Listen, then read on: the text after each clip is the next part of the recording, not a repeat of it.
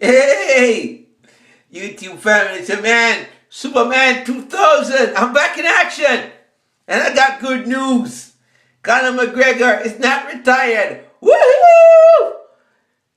He clarified his statement, which I'm glad. So I guess he just did the retired thing to say he's retired just to he's gonna have to retire young and healthy, just put some pressure on Dana White. So no, his statement was simple that he released. He said he doesn't, the press conferences drain him and they distract him from training properly. And the last time he did all these press conferences, he lost the fight because his preparation wasn't good. He's isolating himself to be totally focused and prepared. For some reason, this sounds just like something Jose Aldo was saying. Because Jose Aldo had the same issue with going on fight promotions. Because Jose Aldo said the fight promotions take time away from him, his training and his team, and it costs him. He doesn't get paid for that.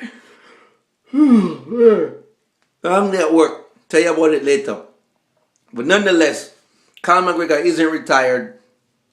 He believes that the 400 million he generated for the UFC in the last 8 months should be enough to allow him to miss the press conferences.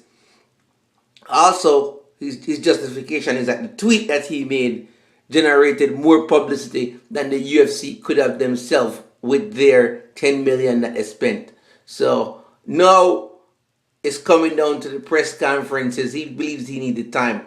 So I believe it's not about the money then. If that's the case, I believe he's gonna get that $10 million that he wants for himself anyway. Maybe there's more to the story. I still think that there's more, and for some reason I got a feeling that Conor McGregor is still gonna fight at UFC 200 because Dana White hasn't officially named the opponent for Nate Diaz. I'm yawning like crazy. Long day at work, guys. Long day at work. So bear with me. Sorry for the yawning. So like I said, I believe Conor McGregor may still fight at UFC 200 because Dana White hasn't officially named an opponent. So I'm going to stay on top of this. Right now I'm going through the contract to find out what clause, if it's a renegotiation, that Conor McGregor is using to renegotiate. So because I believe that they probably agree up front how much they're getting paid already. So if it's kind of coming back at the last minute to get paid more money, then good for him. Because the UFC has done that to fighters where they're just about to fight, and then the UFC will stop the guy right before he leaves the locker room and say, hey, here's a new contract. Here is something that as an amendment to the contract. If you don't sign the amendment, you won't be able to fight. One example of that was the video game issue where fighters were asked to sign up with the rights to the likeness for the UFC video game, but it was right before they stepped in the ring, and the fighters who refused to do it were removed from the card and cut from the UFC, send a message to the other fighters. So all the other fighters, they need the money. They've been training for months. The coaches allow them to train in the hope that if they win, then they'll be able to pay back the team and that type of stuff. So a lot goes on behind the scenes that these fighters did. The UFC, these guys put preparation and time in and then stick them up like that at the last minute. So if that's what Conor's doing, hey, turn about this fair play, good for him.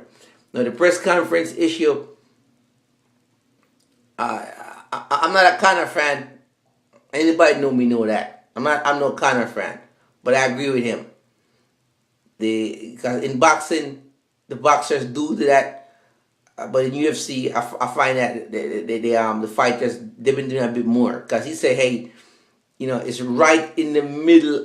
You're taking away all this time from me just when I'm about to get ready, So he said he'll do the big press conference, but not the many small press conference and travel around.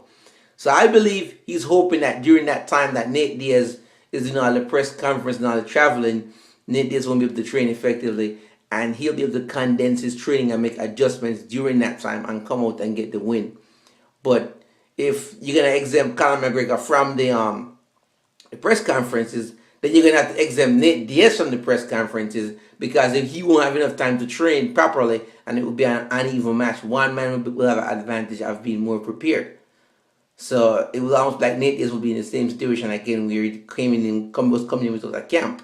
But this time, Conor McGregor will have hindsight in terms of the mistakes he made the last time. So I'm gonna keep an eye on this. I suspect there's more to it, but if you're gonna exempt Conor McGregor from the press conferences, then you gotta exempt Nate Diaz. If it's just 10 million, pay him the money and get him in the ring fighting and make him do all the press events. Don't exempt him from it. Because if you exempt him, you gotta exempt Nate Diaz so both men can be equally prepared. That's how I feel about it. That's my 2 cents from the fight. Cheer, guys. Peace out. I'm gonna stay on top of this, man. Tomorrow is John Jones versus OSP. I love that thing. I saw the stare down and I was like, holy crap, holy! John Jones is taller and bigger than this guy. There could be some problems for him. But we'll see how he handles it. Peace out, dudes.